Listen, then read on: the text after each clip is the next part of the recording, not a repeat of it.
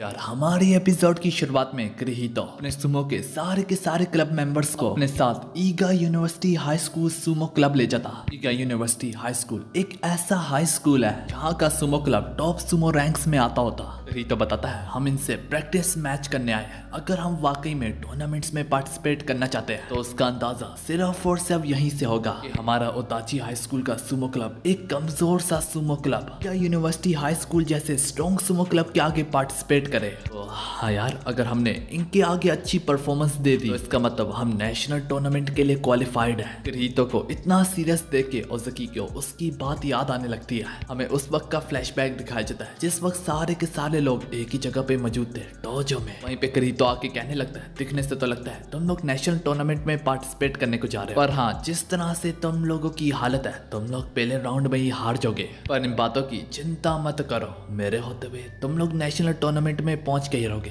मैंने कहा मैं तुम लोगों को पहुंचाऊंगा, तुम्हें पहुंचाऊंगा और मैं पहुंचा के ही रहूंगा। हालांकि उसकी ये सारी की सारी बातें सुन के योमोसा को कुछ ज्यादा ही गुस्सा आ जाता। योमोसा उस पे गुस्से से कहने लगता है तुम होते कौन हो हमारे ही डोजो में खड़े होके वो भी हमारी ही काबिलियत पे शक करते हो। तो क्रिहितो उसे बताता है तुम्हारा नाम गोजो योमोसा है, 3rd year winner of the canto tournament, और तुम कुनिसाकी चिहिरो 2nd year national wrestling champion. इसके बाद ओज़की शिनिया 3rd ईयर क्लब का कैप्टन है। ऑफिशियल बाउट्स में जरा भी एक्सपीरियंस नहीं है। काफी ज्यादा बेसिक्स ट्रेनिंग की वजह से तुम्हारी लोअर बॉडी स्ट्रॉन्ग है। पता जो कि रुकी होता है उसके बारे में उससे ज्यादा मालूमात नहीं होती। वो नया मेंबर अपने इंट्रोडक्शन पेश करते हुए कहने लगता है ओ मेरा नाम है मित्सुहाशी की, मैं 1st ईयर हूँ। सबके बाद क्रिहितो मजीद बोलता और फिर आखिर में last but not the least Ushio Hinomaru. Ushio इससे पूछने लगता है क्रिहितो तुम यहाँ पे क्या कर रहे हो। उशो के मुंह से उसका नाम यूं सुन के सारे शौक हो जाते हैं, तुम दोनों एक दूसरे को जानते हो। वो क्रिहितो अपना नाम बताता, मेरा नाम है क्रिहितो सुजी और मैं 1st ईयर हूँ। रात से ओदाची हाई स्कूल के सुमो क्लब को मैं सुपरवाइज करूंगा। और योमोसा को इस पे भी एतराज होता। योमोसा कहता क्या तुम्हें सुमो के बारे में कुछ पता भी है, फिर मैं एक बिगिनर्स के ऑर्डर को क्यों ही फॉलो करूं। यहाँ पे जब सारे लोग उस पे शक करने लगते हैं हमारा मेन कैरेक्टर उशो हिनमारू आगे बढ़ते हुए कहने लगता है क्रिहितो और मैं एलिमेंट्री स्कूल में एक ही डोजो में दोनों की दोनों सुमो परफॉर्म किया करते थे। ये सुन के सबको वहाँ पे थोड़ी तसल्ली होती है। अब ओज़की सवाल पूछते हुए कहने लगता है तुम दोनों ने एक साथ किया तो तुम भी तो बिल्कुल उशो हिनमारू की तरह होगे। ये बात सुन के उससे फौरन से वो लम्हा याद आता जिस वक्त उशो हिनमारू ने उसका मुंह को सीधा जमीन में गाड़ दिया था। उसी के बारे में सोचते हुए क्रिहितो कहता है नहीं मैं उसकी तरह नहीं खेल सकता, लेकिन हाँ तुम लोग ये मुझसे लिखवा दो। अगर मैंने कहा कि तुम लोग जाओगे नेशनल टूर्नामेंट में तो तुम लोग जाओगे। हाँ इसका पहला कदम यही होगा कि हम ईगा यूनिवर्सिटी हाई स्कूल के साथ प्रैक्टिस बाउट खेलें। हाई का नाम सुनते ही ओज़की के पैरों तले जमीन खिसक जाती। ओज़की काफी परेशानी से कहने लगता है वो स्ट्रॉन्ग से भी कुछ ज्यादा ही बढ़ गया है। पूरे के पूरे कांटो रीजन में ईटा हाई स्कूल के पास सबसे स्ट्रॉन्गेस्ट सुमो क्लब है। हाँ यार इसी के साथ ये फ्लैशबैक यहाँ पे खत्म होता है। सभी लोगों के बीच में वहाँ पे रियाना भी मौजूद होती है। कहती है तुम्हारी हिम्मत कैसे हुई, तुमने मेरे भाई को सिर्फ और सिर्फ ये बैग पकड़ा है। इसे गलत साबित करते हुए सारे लोग अपने अपने बैग्स दिखाने लगते हैं। उशो हिनमारू कहता वो सब तो ठीक है पर तुम यहाँ पे क्या कर रही हो। आगे से कुनिसाकी चिहिरो कहता है क्योंकि उससे अपने भाई से प्यार है। इसी दौरान वहाँ पे ईटा university high school sumo club का कैप्टन ताची हाई स्कूल के सुमो क्लब की तरफ बढ़ने लगता है। उसे अपने सामने बढ़ता देख के क्रिहितो सबको इसका नाम बताता है। इसका नाम है योमोदोसा, यूनिवर्सिटी के सुमो क्लब का कैप्टन है। अब अगले सीन में सबके सबने अपनी मावाशी बेल्ट पहनी होती है।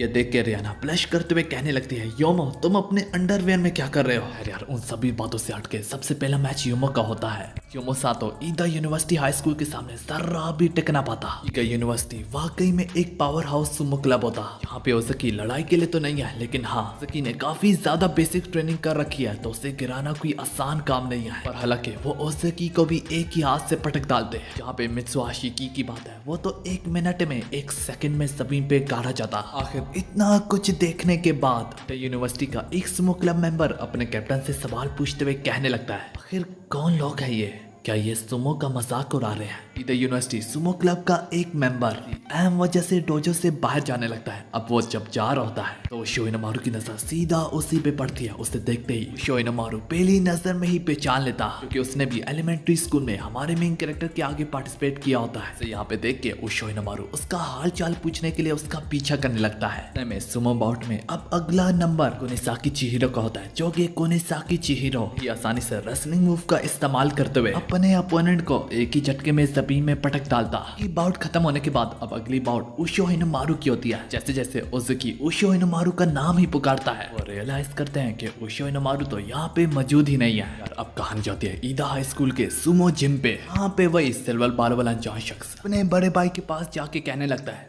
सोसके। उसका बड़ा भाई अपने छोटे भाई से सहमत होकर कहने लगता है क्या बात है शुन उसे सीधा सीधा बता देता इस वक्त यहाँ पे आया हुआ है उशो इनोमारू। और ना कि सिर्फ इतना बल्कि उनके साथ हमारे प्रैक्टिस बाउट भी शुरू है। पर सोसके उसे साफ साफ बता देता है शुन तुम्हें तो पता भी है कि मैं इन बाउट्स वगैरह में हिस्सा नहीं ले सकता। तो ये कहते हुए जैसे जैसे यहाँ से जाने लगता है सोसके और हमारा मेन कैरेक्टर बेध्यानी में आपस में टकरा जाते हैं। शुरू में तो दोनों एक दूसरे के चेहरे देखते ही नहीं और दोनों के दोनों एक दूसरे से माफी मांगते हैं। उसके जैसे जैसे उसका हाथ पकड़ के उसे उठाने लगता है दोनों के फेस दोनों की नजरें एक दूसरे के साथ मिलती है। जब जैसे जैसे दोनों के दोनों एक दूसरे में कांटेक्ट में आते हैं दोनों के दोनों शॉक हो जाते हैं। इसी में हमें किरीतो के बारे में दिखाया जाता है जो कि अपने ईदा यूनिवर्सिटी के साथ मीटिंग के बारे में सोच रहा होता है। वो इस सुमो क्लब के कैप्टन के साथ बैठ के आपस में बातें कर रहे होते हैं। शुरू में तो उदाची हाई स्कूल का नाम तक उसने नहीं सुना होता। यहाँ तक उसका कैप्टन उनसे बाउट लड़ने में इंटरेस्टिंग भी नहीं होता। पर किरीतो जैसे जैसे हमारे मेन कैरेक्टर का निक नेम यूज करता है जो कि उसे नेशनल ट्रेजर के थ्रू मिला होता है ओनिमारू कोनेत्सुना। ये नाम सुनते ही सुमो क्लब का कैप्टन फौरन से राजी हो जाता बाउट लड़ने के लिए। उसने एलिमेंट्री स्कूल में तो योकोजुना का टाइटल हासिल कर ही लिया था पर अब वो हाई स्कूल में भी योकोजुना का टाइटल हासिल करना चाहता है। यही एक वाहिद शख्स है हिनोमारू सुमो कि तुम लोगों के सुमो क्लब के सोसके को मोटिवेट कर सकता है। तो यार यहाँ पे रिवील किया जाता है कि सोसके को भी हमारे मेन कैरेक्टर को भी एक खास नेशनल ट्रेजर की तरफ से नाम दिया गया होता है। इसका नाम कुसुनागी सोर्ड।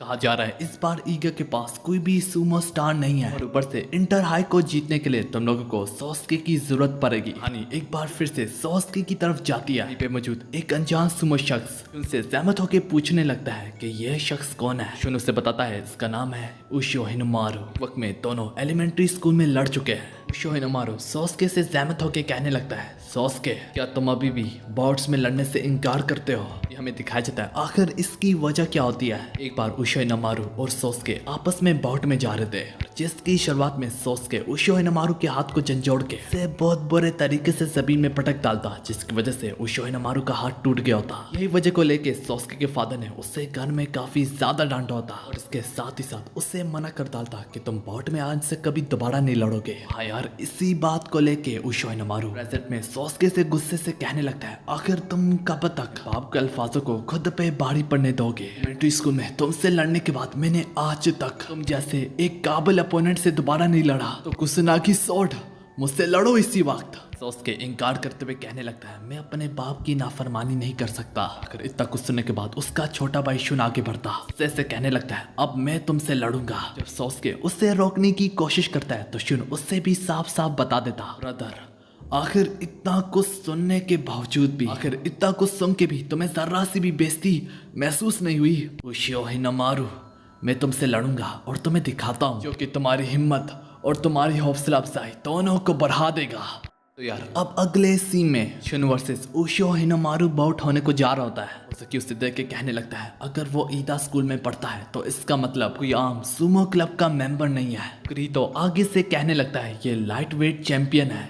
लाइट वेट चैंपियन का मतलब यहाँ पे ऐसी जगह पे सुमो बाउट लड़ना जहाँ पे ज्यादा से ज्यादा लोगों का वजन कम ही होता है। तो यहाँ पे ये भी बताता है पर जहाँ तक ओपन वेट की बात है जहाँ पे सारे लोग बड़े छोटे हर कोई लड़ता है यहाँ पे भी शुन क्वार्टर फाइनल तक पहुंच गया था। सुनते ही ओताची हाई स्कूल के सारे सुमो क्लब के मेंबर से हैरान हो जाते। सबसे हटके तभी शुन को वो लम्हा याद आने लगता है, वो मौका, वो वक्त, वो समय। इस पर उशो इनोमारू अपने टाइटल को पाने के काफी ज्यादा करीब था। से एक एक लम्हा याद आता है कि उशो इनोमारू अपने से बड़े साइज वालों को कैसे पटक डालता था। जो सब देख के उसका दिल भी ये तलब करने लगा, वो ये ख्वाहिश रखने लगा, वो उशो हिनोमारू की तरह बनना चाहता था। वो उशो हिनोमारू को योकोजुना को पाना चाहता था। उसे ये काफी ज्यादा पसंद था कि बस मैच की शुरुआत में उशो हिनोमारू कदम से कदम मिला के, नजर से नजर मिला के अपने बंदे पे सीधा टूट पड़ता है, ना कि इधर उधर लेफ्ट और राइट नहीं, बस सीधा आता है और सीधा ही पटक डालता है। लेकिन हाँ, तुम्हें हराने के लिए, जीतने के लिए मैंने इसी स्टाइल को छोड़ दिया। तो उसके और सारे लोगों की नजरें अब हमारे मेन कैरेक्टर और शुन पे होती है।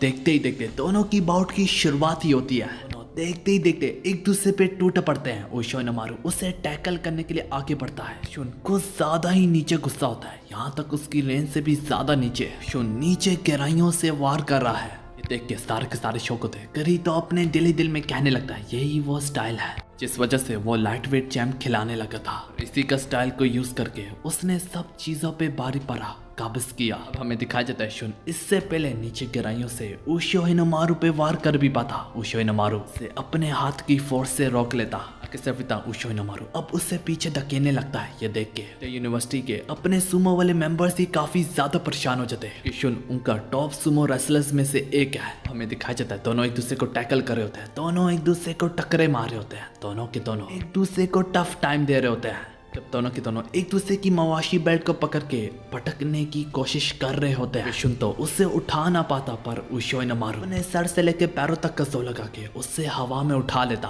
देख के सोस्के भी काफी ज्यादा हैरान हो जाता। इससे पहले उशो हिनोमारू उससे जमीन में पटक डालता, उसका काम तमाम कर देता। अभी उशो हिनोमारू उसकी मवाशी बेल्ट और उसके पैर में पैर डाल के कस के पकड़ने के बाद उसके ऊपर अपना जोर डालने लगता ताकि वो पीछे की तरफ गिर जाए। जब ऐसा होने को इजार होता है, उशो हिनोमारू ने भी कच्ची गोलियां नहीं खेल रखी होती, तेरी कमर को अपने पैरों के दम से रोक लेता। जो ही उशो हिनोमारू की कमर बस सीधी ही होती है। ये उशो हिनोमारू शुन को एक दमदार झटका देके उस पे अपनी डीमन व्हील टेक्निक का यूज करता। शुन उसकी डीमन व्हील जैसी टेक्निक को भी झेल के अपने कदम दोबारा से जमा लेता। ये देख के तो वहाँ पे सारे लोग शॉक हो जाते कि ऐसी टेक्निक को टैकल कर लिया उसने। मौका देखते ही शुन उशो हिनोमारू को ही रिंग से बाहर पीछे धकेलने लगता। ये सब कुछ देख के उशो हिनोमारू डीमन व्हील के साथ ही साथ डीमन स्टोन को, दोनों टेक्निक को एक ही बार में यूज करके उससे जमीन में पटक डालता। तो हाँ यार, अब दोनों के बीच में बाउट तो एंड हो जाती, और अभी भी उशो हिनोमारू को अंदर ही अंदर से सुकून ना मिला होता। वो यहाँ के सबसे स्ट्रॉन्गेस्ट सुमो रेसलर की आंखों में आंखें डाल के कहने लगता है, सोस्के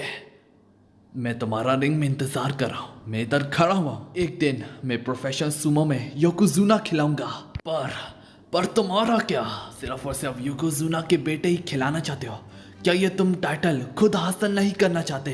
तब के अभी जो फिलहाल योकोजुना है वो सोस्के का फादर है, जहाँ के सभी लोगों के पैरों तले जमीन खिसक जाती है। हाँ, सोस्के हमारे मेन कैरेक्टर के बरकते हुए शोलों को महसूस कर पाता। हमारे मेन कैरेक्टर के पीछे एक एक अल्फाज में जो जज्बा छुपा होता, सोस्के उससे महसूस करके सीधा रिंग में कदम रख देता। कि आज पता नहीं कितने सालों से उसने आज तक रिंग में कदम नहीं रखा था। कि अंदर ही अंदर से मेरी मानो तो उससे कहीं ना कहीं पे पता है उशो हिनोमारू ही सिर्फ वो वाहिद शख्स है जो कि उसे टफ फाइट दे सकता है। ये सब कुछ देख के शुन भी सोच में पड़ जाता और वो कहने लगता है, हिनोमारू तुम कुछ ज्यादा ही स्ट्रॉन्ग हो, पर आज तुम्हारी नादानी, तुमने अपने पैर पे खुद ही कुल्हाड़ी मार डाली। देखते ही देखते दोनों सुमो क्लब के स्ट्रॉन्गेस्ट वर्सेस स्ट्रॉन्गेस्ट का मैच शुरू हो जाता। अब दोनों के दोनों लेफ्ट राइट मुड़ने के बजाय सीधा एक दूसरे पे टूटा पड़ते हैं और सीधा सीधा दोनों के दोनों एक दूसरे में अपना सर दे मारते।